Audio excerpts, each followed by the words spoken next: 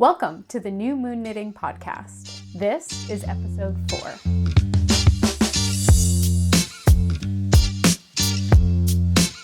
So hi, welcome or welcome back. My name is Hillary. You can find me over on Ravelry and Instagram at New Moon Knitting. And today I'm very excited because I have some really great updates on some of my progress for fall knitting this year. I have today 3 finished objects, 2 whips, and then at the end I'm going to talk a little bit about my experience at Fredrick Fiber Fest, what I purchased, and also how I used my recent experience of going through my yarn stash to set an intentionality on my purchases at that event and how well I did based on those intentions. Okay, so let's start with what I am wearing today, which is also my first finished object. So this is the Champagne Cardigan by Petite Knit. It is a top-down raglan cardigan with a V-neck and a double knit button band. I knit the second size, which I believe is a small, but I know it's the second one. This originally calls for 2 Sandnesgarn yarns. They're Tin Silk Mohair and they're Double Sunday DK. I used a yarn called Chester Farms Pride of the Flock, which is a fisherman's wool single ply, and I paired it with Mayflower Super Kids Silk. The color of this beigey color is just called 98, and the Pride of the Flock was called Spice Heather. And so I held those together to get this really lovely kind of oatmeal-y sort of color, and it looks really, really pretty in person, and it looks really nice on camera. I really love the way that the color turned out. The pattern is knit primarily on a US 7, which is a 4.5 millimeter, except for the button band. The pattern calls for you to use a US 2, a US 2.5, which is a 3 millimeter needle. I don't have a US 2.5, so I went up to a US 3, which is a 3.25 millimeter.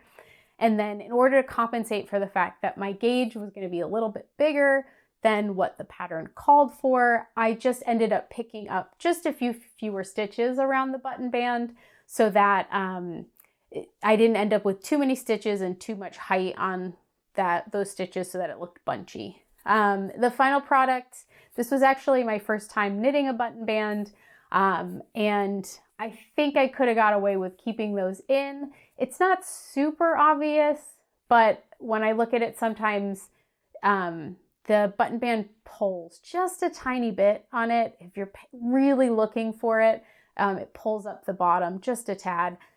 So I probably should have included those additional stitches or maybe not taken out as many, but it's really, really not that noticeable. I'm only noticing it, I think, because I worked on it for so long, and you start to pick things apart when you're staring at it all day.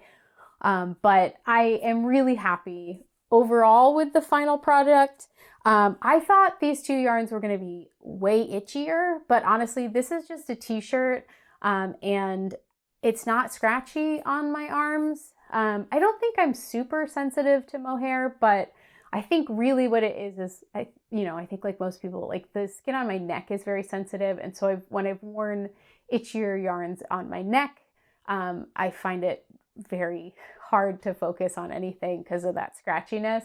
But I think because this doesn't touch my neck in any way, and it's only on my arms, it doesn't bother me. Last time I was talking about the sweater, I talked about the way I do sleeve decreases, which is just basically like, instead of typically in a pattern, it's like in a single round, you do knit 1, then do your decrease, go to the end of the round, knit your decrease, knit 1. And rather than doing it all in one round, what I do is the round before I do my first decrease, then I knit 1, start my new round, knit 1, do my second decrease. That way my decreases are very close together.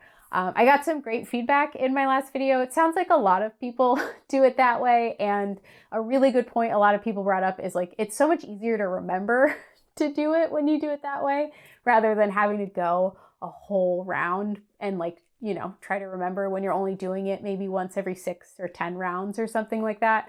So yeah, it was good to hear that like a lot of people also use that.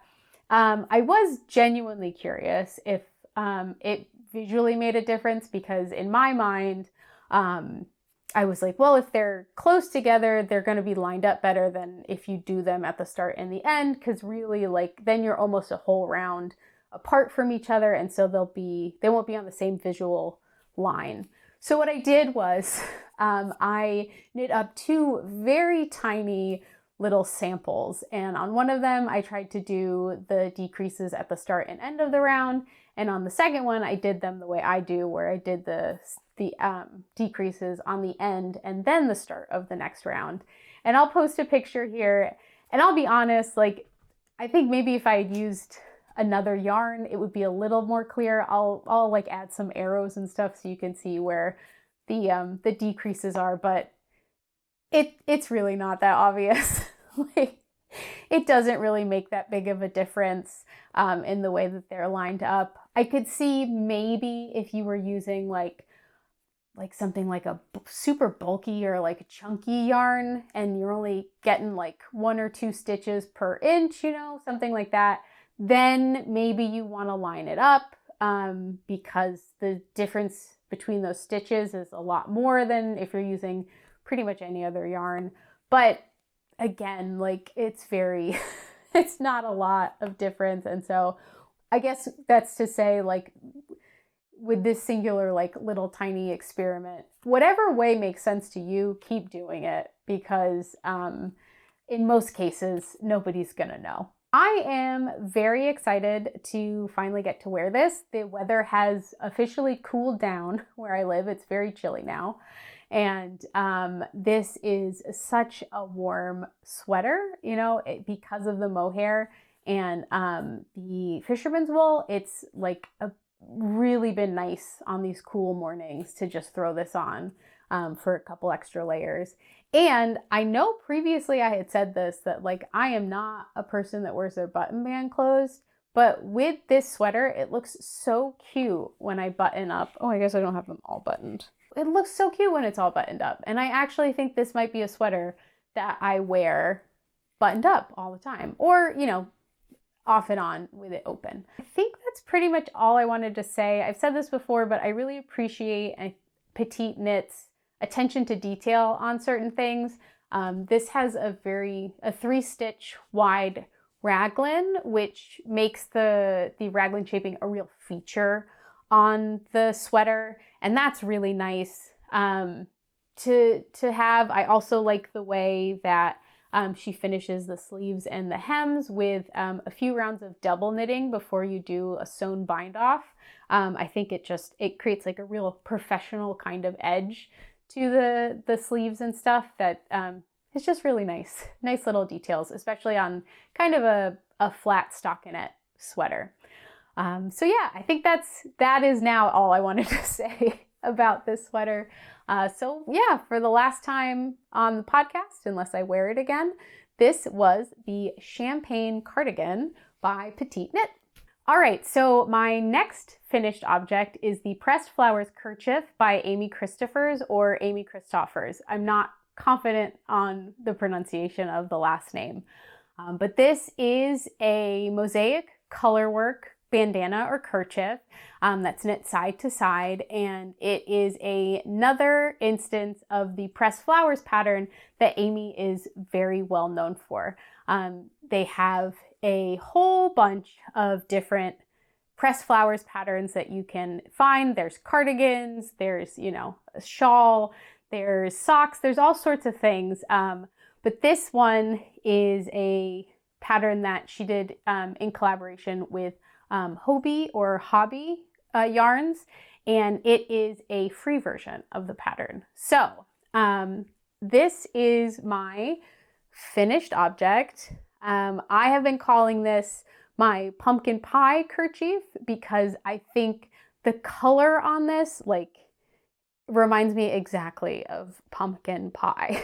And I think the nice little like cream colored flowers remind me of, you know, if you put ice cream or whipped cream on top of it.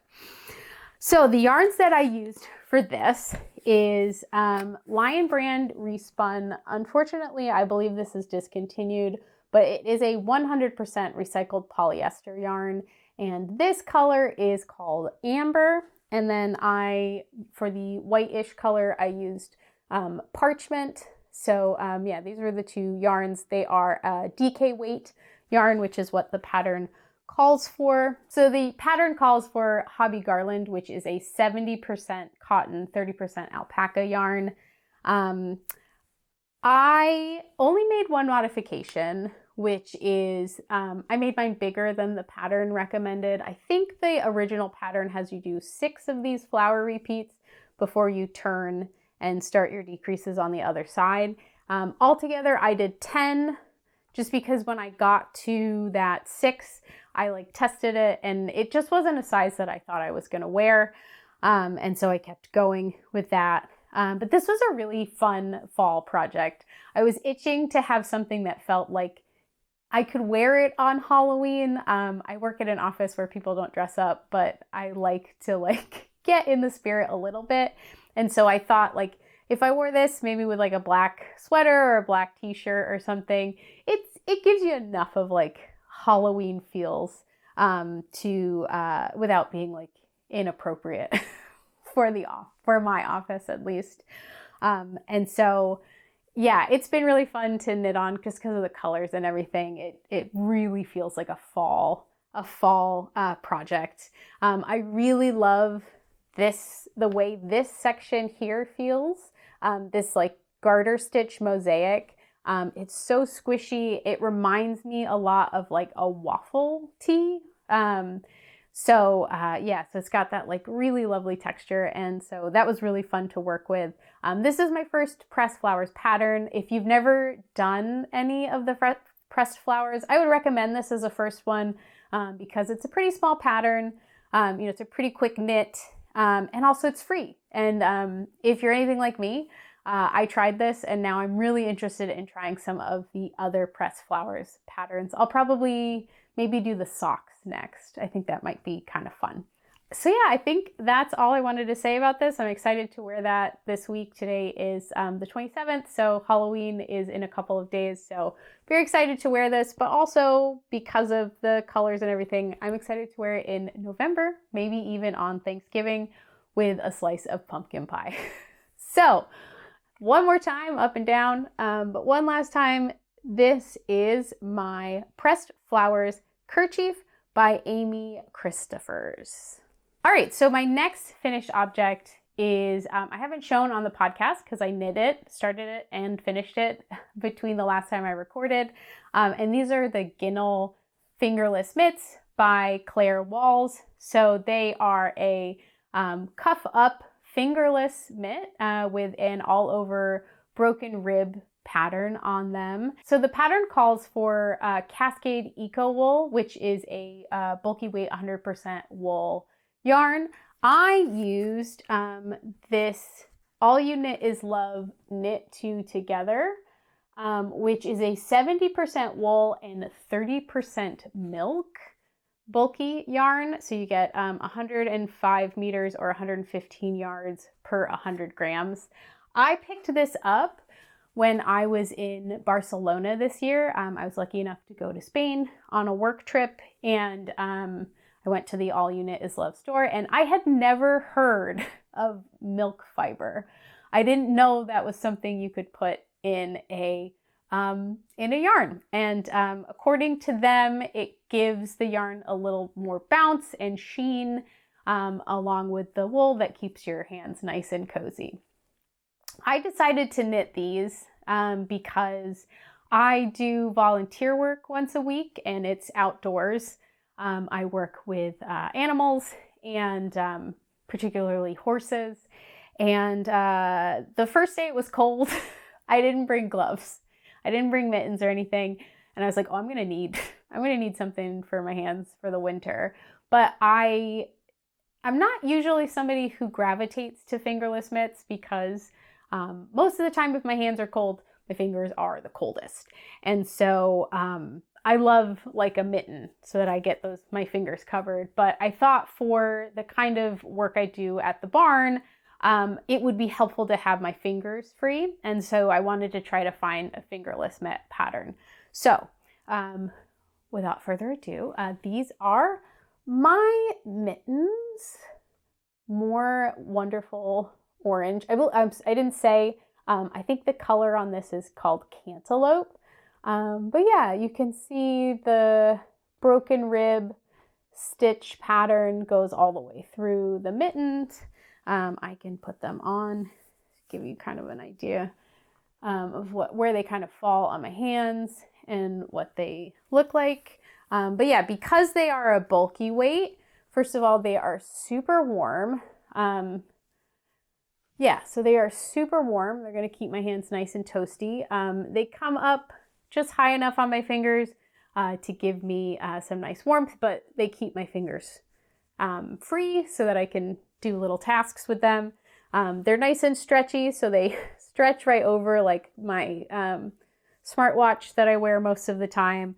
And they will, you know, be great underneath like a cuff of a jacket. I made 2 modifications. I forgot to mention, this is another free pattern. This is like the free pattern episode. So these are free pattern, which is great. I did make 2 modifications to it though. The first thing I did was the original pattern. Oh, I should weave in that end better. But they have you do like a full thumb, I believe. And I kept mine open. I did it. I did a few less repeats, and I like 2 rounds of regular ribbing to so that I could keep the tips of my thumbs free. So again, I have more control and dexterity with my fingers.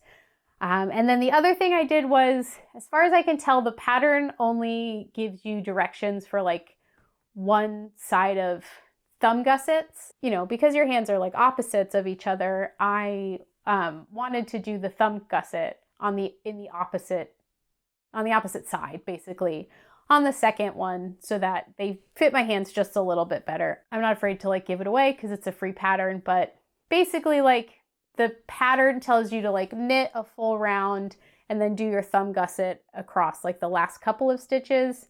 So I did that for the first one, and then for the second one, I basically split my stitches in half for a front and a back. And then rather than going all the way to the end of the back, I started my thumb gusset at the beginning of the back, or the beginning of the palm, I guess. So it's very subtle, but like, so like if this was the first one, you know, I knit all the way around, and then I did the thumb gusset here. And then on the second one, I knit halfway around and did the thumb gusset at the beginning of the palm rather than the end. I think that makes sense. I don't know. But yeah, I just thought it would be a little bit nicer of a fit if I did it that way. And I'm really happy with how that came out. So far, I really like this yarn. It's nice and warm. It is like, it's not like a silk kind of silky, but it does have like a little bit more of like that smooth silk texture than maybe like a 100% wool would. So yeah, it was really cool to try knitting with the milk protein yarn. They blocked nicely like a regular wool would, and I'll have to see how they wear, especially if I'm doing like farm work and things in them. So yeah, one last time, these are Ginnel by Claire Walls. All right, so I only have 2 whips this week with any updates, but they are both brand new whips for me. So the first is the Lunefuld by Lunefuld. This is a top-down funnel neck raglan pullover sweater with all over kind of what I would call reverse ribbing. So a pearl dominant rib pattern, I guess is the best way to put it. I talked about this a little bit in my last episode, but basically I had pivoted on my fall knitting plans and moved away from the Chinook Winds and wanted to work on a different pullover sweater. And I had picked this one out when I had originally thought of my fall knitting inspiration. And so I thought it was a really good pattern to work on. So the original pattern calls for BC Garn Samilla Melange. Sorry, I'm just checking my notes because I'm not familiar with these two yarns. BC Garn Samilla Melange, which is a 100% wool in a DK weight. And then Kremka Soul Wool Silky Kid, say that 3 times fast, which is 72% mohair and 28% silk lace weight. So a DK and a silk lace weight, a DK and a lace weight. So that would be like around like a worsted weight. I am just using a straight worsted weight. This is a Cascade 220, and the colorway I think is just, it's black. It only has a number on the band, but it's like a black, like a very dark black, no like heathering or anything like that. So this week I basically got through the, I got to the where you split for sleeves, and so I'll show it to you now. Actually, I'm gonna get closer to the camera because it's basically, it's hard to see details because of the black color, but let me get a little closer. So this is, you can see it a little bit now. This is what the top looks like. It's got this nice funnel neck, and then it has this 3x1 ribbing, but it's 3 pearls to 1 knit. And then it has a wide 7-stitch raglan band running down all 4 areas. So yeah, it's really nice. It also, because of the dark color and the light color of my dog, it really highlights every single dog hair I've gotten on it. So I'm gonna have to be careful with that when I wear it. But yeah, I think it's, so far it's looking really nice, and I really like it. I've only made 1 modification. I did a couple, like about maybe like 10 fewer repeats for the neck, because I wanted like a very short kind of mock neck to it. I didn't want anything too long. I've just started on the body. I knit the whole top basically to pattern. But when I got to the body, I wanted to switch from doing mostly pearls and 1 knit to mostly knits and 1 pearl. And so I did 1 wrap and turn so that I could basically knit it inside out. So once I had joined, I did like 1 round just to kind of get set up with any of the stitches cast on under the sleeves. And then when I got to the front of, or the start of the round, I did a wrap and turn and started going back the other way. And now, rather than holding it right side out, I flipped it. So now that it's inside out, I can mostly knit, and that might go a little bit faster. I also think too, if I'm incredibly careful about how I weave in ends, I could almost get away with this being a fully reversible sweater, if I want to just have like a slightly different look at different times. But I'll have to be careful about knitting and weaving in those ends, and make sure that it looks okay if I do that. The only thing I would do different is, I realized kind of too late, I wasn't thinking, I was just following the pattern, but the pattern doesn't call for any short row shaping. And I wish I had done a couple of rounds of short rows. I haven't tried it on yet because I just split for sleeves, so I don't really know how much it's going to ride up or not. But yeah, I usually like doing short rows, and I didn't think about it until I was basically done with the part before you split for sleeves. So we'll see. If I really don't like the fit, I think I can always do some sweater surgery and go back in and add a couple of short rows. So it is what it is, but we'll see how it comes out. Yeah, and that's all for now. So one more time, this is the Lunefuld by Lunefuld. And my last whip for today is the 2x2 by Anne Gagnon. This is a classic ribbed beanie, all over 2x2, as the name suggests, ribbing on it. The pattern recommends several worsted weight yarns. I am actually going to use the yarn I recently got at Loop in Philadelphia. So I went to Philly for a wedding and I got some lovely yarn at Loop. This was their Sprig, which is their superwash merino fingering, and then also their Posy. The yarn. I just realized the yarn bands look exactly the same, so they're not that interesting to look at. So let me actually show you what the yarn looks like. So this is the, as I said, sprig, right? Yep. So this is the sprig. The colorway is called geranium, and it's this really lovely bright red with like some pinkish undertones, really lovely. And then I also got their posy, which is their mohair. It's 72% kid mohair and 28% silk. And again, in that same geranium color, so that really lovely pinky red color. This is what they look like together. I think it's cool. This really shows off how the different fabrics and the different fibers take that color. And then together, I just started this, so it's not really that interesting to look at so far because I've only done like 4 rounds of ribbing, but this is where I am so far. So I have knit this pattern before. It is a free pattern, so I think that's 3 patterns I shared today that are free, which is really nice.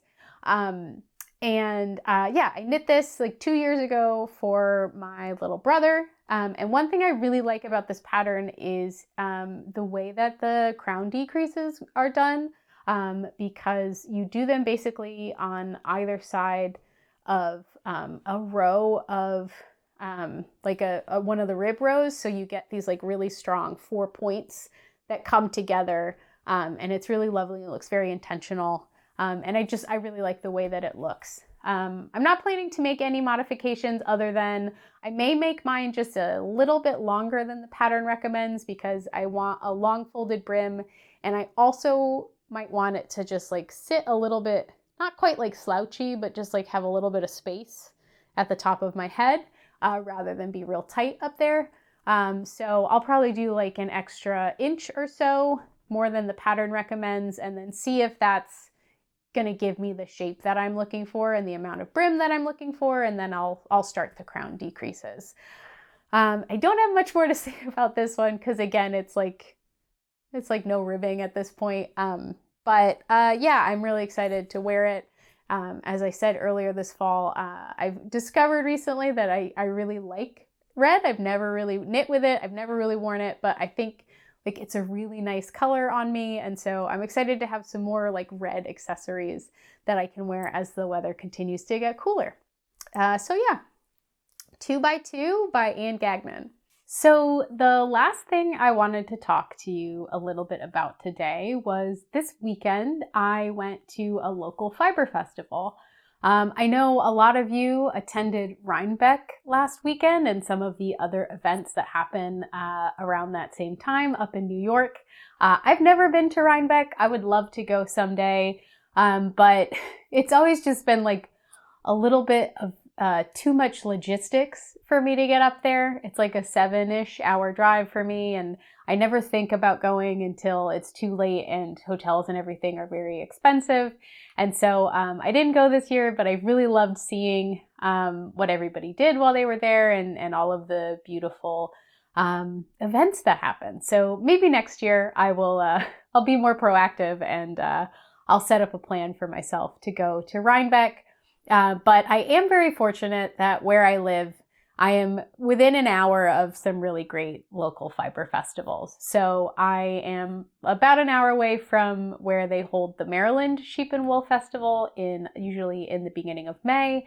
And I've been to that twice, and that's really, really exciting.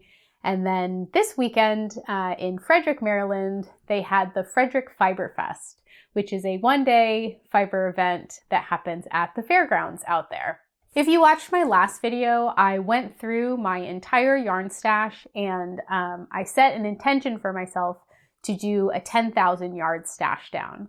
And so I had said in that episode that this was not going to be a yarn buying band, that I would still allow myself to buy things, but if I was going to purchase new yarn, that I would do it with an intention that it would be like a net benefit on what I have in my stash and wouldn't take away from this goal that I have to use 10,000 yards. And so this weekend was kind of like my first foray into a fiber event since I did that thought experiment and sort of put these ideas into practice for myself. And so I wanted to like quickly reflect on how my purchases changed coming into a fiber festival with these new ideas of what I wanted to do with yarn. A lot of people left really great comments on that video. It was really interesting to hear about the different ways folks use yarn and how they approach the yarn in their stash, and how even if we're not knitting with it, that yarn can serve a real purpose in our lives. And then I really appreciated that a lot of people gave me some awesome advice on how to work through my stash. So people recommended patterns that will use up a lot of the yarn weights that I have. And another thing a lot of people suggested, which is a great idea, is to hold yarns double. So I have a lot of fingering weight yarn. Actually, just a quick digression. I messed up the math so bad in that episode. Like, I'm not good at math. I don't know why I thought like on the fly I could use Excel to correctly add up numbers. But basically in that video, I give the right total amount, which is around 33,000 yards. But then I butchered basically every subcategory. So I said I had like 3 times as much fingering yarn as I actually do. But I still do have a lot of fingering weight yarn. It's somewhere in the ballpark of like 20,000 yards. So, but I don't really knit with a lot of like fingering weight, especially if I'm going to knit like a garment. I'm just not a big fan of knitting like fingering weight sweaters. I prefer DK or worsted. Those are my favorite. And so people rightly said, they gave me the really great idea, you know, hold things double so that you can get to those gauges that you like. And so I looked at my current stash and I tried to figure out what yarns I could hold together. I came up with a lot of good ideas with what I already had. But going into this fiber festival, I also picked out 2 yarns that I have sweater plus quantities of fingering weight that I didn't have something that pairs really well with them. And so I went to the festival with the intention of purchasing some yarn that I could hold double, like a lace weight Surrey or mohair, to get these to more of like a DK weight yarn. So let me show you the yarns I already had in stash. So the yarn I have was a mono skinny yana, which is a single ply, 100% fine Highland wool. And it doesn't say on the yarn band, but I have it in this really lovely like purple color. And then I also have it in this like olivey green.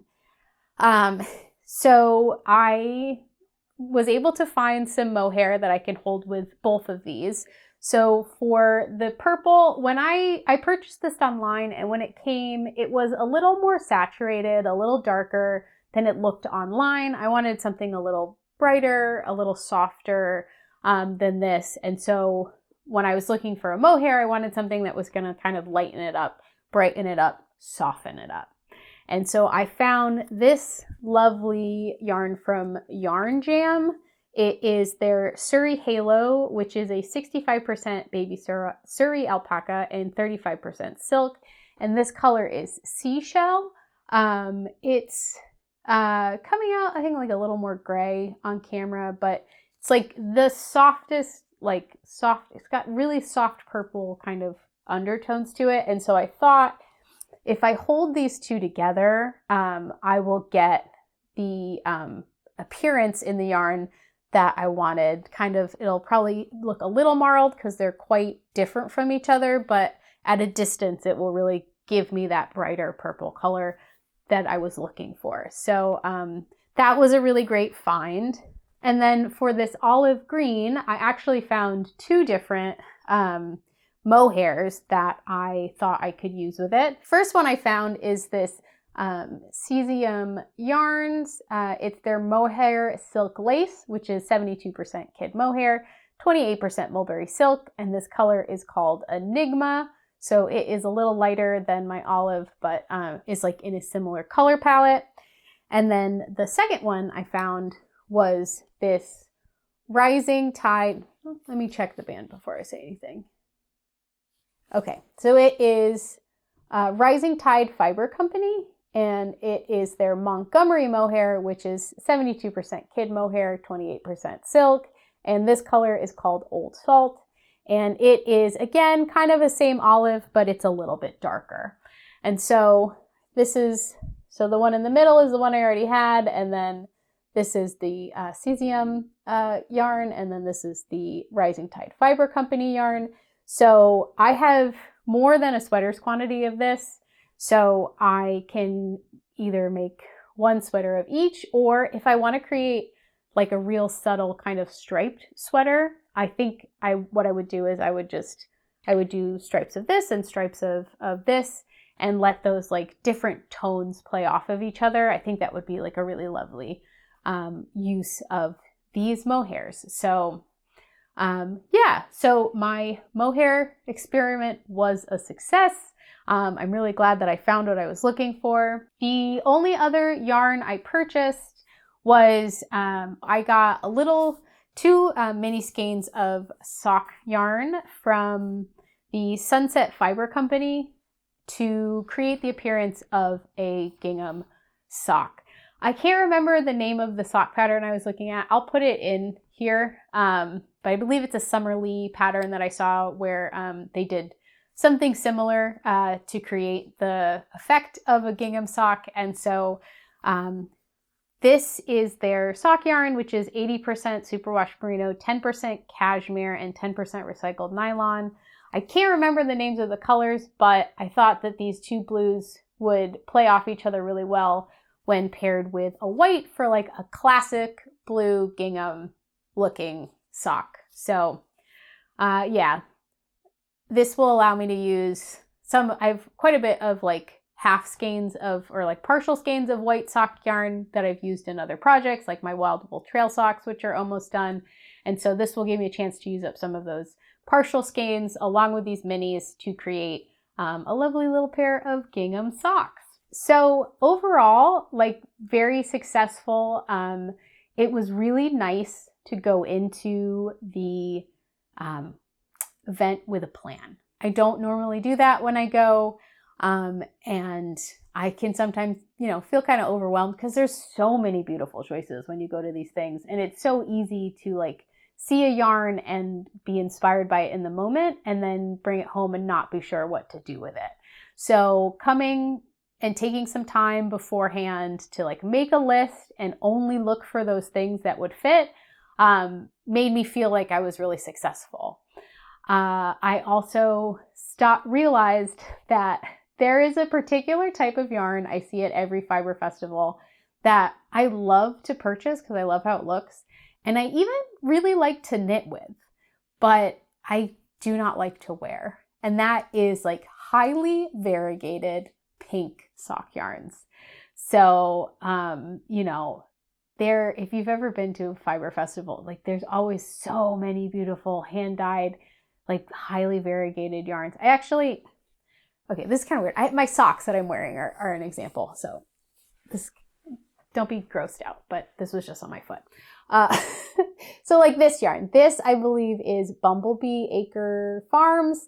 And this was from their Harry Potter line. But yeah, just like any kind of like, it's a bright pink base and it's got like some little flecks of like other coolish tones or warm tones. I'm all over that. I'm so excited. And I do love knitting socks with them, but I only knit socks with them. And I don't even really like showing off the socks when I wear them because they don't match a lot of my clothes. And so, not that it feels like a waste. I love all the pairs that I have, but I don't need any more socks like that. I need some more like closer to neutrals or like different kinds of socks to add some variety to what I'm wearing. And so that helped keep me grounded when I saw some of those absolutely stunning variegated yarns at the event. Also, recently going through my stash, I'm very aware that I still have quite a few yarns in this category that I can work through should the inspiration hit me to make another pair of socks like this. So yeah, taking that time to really think about what I was going to knit. I also, since that video, spent some more time starting to put together like a Ravelry bundle of ideas, and it did get me excited to work with some yarns that I had like been dreading working with because I didn't like the color, or, you know, I didn't like the yarn weight or something. You know, it just was really fun to like come up with some new ideas and like think outside the box on how I'll use them.